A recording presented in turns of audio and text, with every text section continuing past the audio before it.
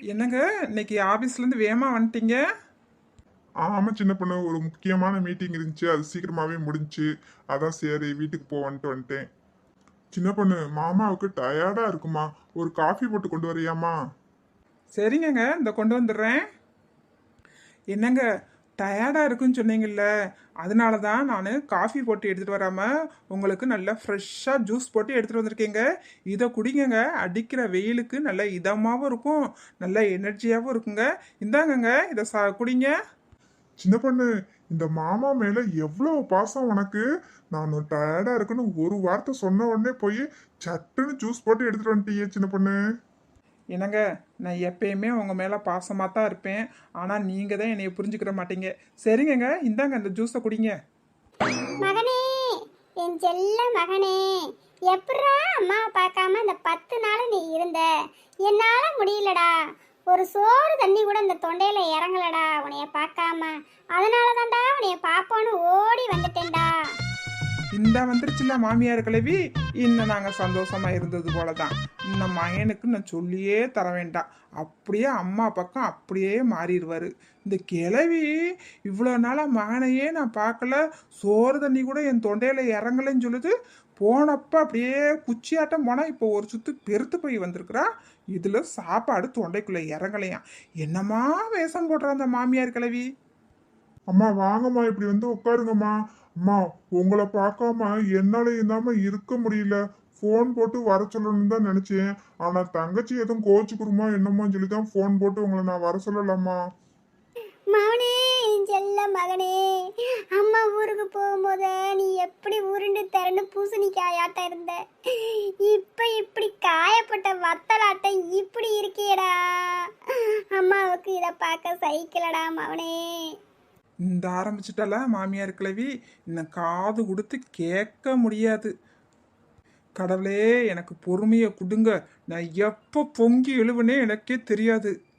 அம்மா, அம்மா, அம்மா. அழுகாதடா என் செல்ல மகனே, என் செல்ல மகனே. ராஜா மாதிரி விட்டுட்டு போயிருந்தேனே, இப்படி பிச்சைக்காரன் போல மாத்தி வச்சிருக்காளே. நான் என்ன செய்ய? இந்த கடவுளுக்கே இது அடுக்குமா மவனே? 10 நாள்ல என் மகனை இப்படி மாத்திட்டாளே மவனே. ஏ ராசா, ஏ ராசா, நீ அழுவாதடா ராசா. அம்மா, அம்மா, அம்மா. வெள்ளக்காரன் போல இருந்தியே ராஜா நான் ஊருக்கு போகும்போது. இப்ப இப்படி கறிக்கட்டை போல உன்னைய மாத்தி வச்சிருக்காளே ராசா. ஐயோ, இதெல்லாம் பார்க்கும் போது என் மனசு வலிக்குதே. அம்மா, அம்மா, அம்மா, அம்மா. என்னென்ன கொடுமையெல்லாம் நடந்திருக்கு என் ராசாவுக்கு இந்த வீட்டுல. மகனே, நீ அழுகாதடா, அம்மா வந்துட்டல்ல, இனி எல்லாத்தையும் நான் பாத்துக்கிறேன். அம்மா, அம்மா, அம்மா, அம்மா. பொறுத்தது போதும் சின்ன பொண்ணு, பொங்கி எழு. இவங்க பேசுறத இன்னமும் நீ கேட்டுக்கிட்டு இருந்தா உன் காதுல ரத்தம் தான் வரும். என்னங்க, ஆபீஸ்லேருந்து வந்த உடனே டயர்டாக இருக்குன்னு சொன்னீங்க, அப்போதே காஃபி வேற கேட்டீங்க. வாங்கங்க, உங்களுக்கு நல்ல ஒரு ஸ்பெஷல் காஃபி அடுப்படியில் வச்சு சுட சுட போட்டு தந்துடுறேன், வாங்கங்க. அடியே, வந்ததும் வராதமா என்னையும் என் மகனையும் பிரிக்க பாக்குறியாடி? நானும் என் மகனை இப்ப தானடி பேசிக்கிட்டு இருக்கோம், அதுக்குள்ளேயும் காஃபி நோஃபின்ட்டு என் மகனை கூப்பிட்டுக்கிட்டு இருக்க. எந்த காஃபினாலும் ஸ்பெஷல் காஃபினாலும் இங்க கொண்டு வாடி, என் மகன் என் பக்கத்துல உட்காந்துட்டே குடிக்கட்டும். சின்ன பொண்ணு, அதான் அம்மா சொல்றாங்கல்ல, அம்மாவுக்கும் சேர்த்து ஒரு காஃபியை கொண்டு வா, நாங்க பேசிக்கிட்டே இங்கேயே உட்காந்து குடிச்சுக்கிறோம். ஏங்க, இது ஸ்பெஷல் காஃபிங்க. அப்படியே கொதிக்க கொதிக்க அந்த வாசம் இருக்கும் போதேவும் அடுப்படியிலேயே வச்சு குடிச்சா தாங்க அந்த டேஸ்ட் அப்படியே இருக்குங்க. இங்கெல்லாம் கொண்டு வரக்கூடாதுங்க, அங்கே நின்று குடித்தாதான் நல்லா டேஸ்ட்டாக இருக்கும். வாங்கங்க, அப்படியே குடிச்சிட்டு அதுக்கப்புறமா வந்துடுவீங்க. அதுக்கப்புறம் உங்கள் அம்மாவுக்கு வேணும்னா அவங்களும் அடுப்படியில் வந்து குடிச்சுக்கிறட்டும். என்னங்க, நீங்கள் ஃபஸ்ட்டு வாங்க. அம்மா, அதான் சின்ன பொண்ணு இவ்வளவு சொல்றாளேம்மா, ஸ்பெஷல் காஃபி அடுப்படியில் நின்று தான் குடிக்கணும்ட்டு. நான் போய் அடுப்படியில் நின்னே குடிச்சிட்டு வந்துடுறேம்மா. என்ன இவன் இந்நேரம் வரைக்கும் அம்மா அம்மான்னு இழுவிக்கிட்டு இருந்தா, பொண்டாட்டி ஒரு வார்த்தை காஃபி போட்டு தாரேன் வாங்கன்னு சொன்ன உடனே அம்மாவை மறந்துட்டானே. விட்டுறக்கூடாதே இவனை. ஊருக்கு போயிட்டு ஒரு 10 நாள் இருந்துட்டு வரவங்களையும் என் பிள்ளைய பாதகத்தி இப்படி மாத்தி விட்டாளே. அம்மா, நான் போய் காஃபி குடிச்சிட்டு வந்துட்டுருமாம்மா. செல்ல ராசா, போயா போய் குடிச்சிட்டு வாயா. அம்மா, அம்மா, நான் காஃபி குடிச்சிட்டேம்மா. என்ன ராசா, காப்பி குடிச்சிட்டேன்னு சொல்றதுலயே குரல் உள்ள போயிடுச்சு. உன் பொண்டாட்டி காப்பி நல்லா போட்டிருந்தாளா இல்லையா? என்னதான் இருந்தாலும் இந்த அம்மா போடுறது கூட உன் பொண்டாட்டி போட மாட்டா. அதுலயும் ஸ்பெஷல் காஃபி போட்டு தாரேன்ட்டு பீத்திக்கிட்டா. இல்லம்மா, காஃபி நல்லா தான் போட்டா, கொஞ்சம் ஸ்ட்ராங்கா போட்டு கொடுத்துட்டா. அடி அடி பொலியா இருந்துச்சுமா. என்ன சொல்றான் இவன்? காஃபியை போய் குடிச்சிட்டு வந்தேன், குடிச்சிட்டு வந்து என்னென்னமோ மண்டை குழம்பி போனவன் போல எல்லாம் பேசிட்டு இருக்கியான். வந்து நிக்கிறா பாரு வெனகாரி. ஏதாவது ஒரு வாயிலிருந்து ஒரு வார்த்தை வருதா? அத்தை, ஊர்ல இருந்து நீங்களும் இப்பத்தானே வந்தீங்க, நீங்களும் டயர்டா இருப்பீங்க, உங்களுக்கு ஒரு கப்பு காப்பி கொண்டு வந்து தரட்டுமான்னு கேட்கறாளா? ஒண்ணு ஏற்க மாட்டா. புருஷனுக்கு மட்டும் கூட்டு போய் அடுப்படியில காஃபியை கொடுத்து கூட்டு கொண்டு வந்துட்டான். வெனகாரி வெனகாரி வாயை திறந்து கேட்க மாட்டாளே. இவ கேட்கலன்னா என்ன, நான் மட்டும் எனக்கு காப்பி கொடு மருமகளேன்னு வெக்கத்தை விட்டா கேட்க பாரு. கேட்க மாட்டேனே, என் கெத்தோட இருப்பேன். அத்தை, உங்களுக்கும் காஃபி வேணும் அத்தை? வாங்கத்தை, அடுப்படையில் வந்து அந்த ஸ்பெஷல் காஃபியை குடிச்சிட்டு வருவீங்க. வாங்கத்தை. பாத கத்தி இப்பயாவது கேட்டாளே. என்ன கேட்டா? காஃபி குடிக்கிறீங்களான்னு கேட்டியா? உடம்புமே ஒரே டயர்டாக தான் இருக்குது, ஒரு காஃபி குடித்தா நல்லா தான் இருக்கும். அந்த நீ போட்ட ஸ்பெஷல் காஃபியை நானும் அந்த அடுப்படியில் வந்து குடிச்சு தான் பார்க்குறேன் எப்படி இருக்குன்னு. அதுக்கப்புறமா நான் சொல்கிறேன். சரிங்கத்தை, காஃபி சூடாக இருக்கும் போதேவும் குடிச்சாதான் நல்லாயிருக்கும். வாங்கத்தை, வேமா வாங்க. இவ கூப்பிட்ட உடனே நாக்க தொங்க போட்டுக்கிட்டு அந்த ஸ்பெஷல் காப்பியை குடிக்கிறதுக்கு போயிடணுமாக்கும். 5 நிமிஷம் கழிச்சு தான் போகணும். அவ போய் அங்க வெயிட் பண்ணட்டும். அப்பதான் இந்த மாமியார் யாருன்னு அவளுக்கு புரியும். அம்மா அம்மா அம்மா. இவன் வேற வந்ததுலேருந்து அண்ணே அண்ணே அண்ணேன்னு தான் சொல்றான். அதுக்கப்புறம் ஒன்றும் பேச மாட்டான்.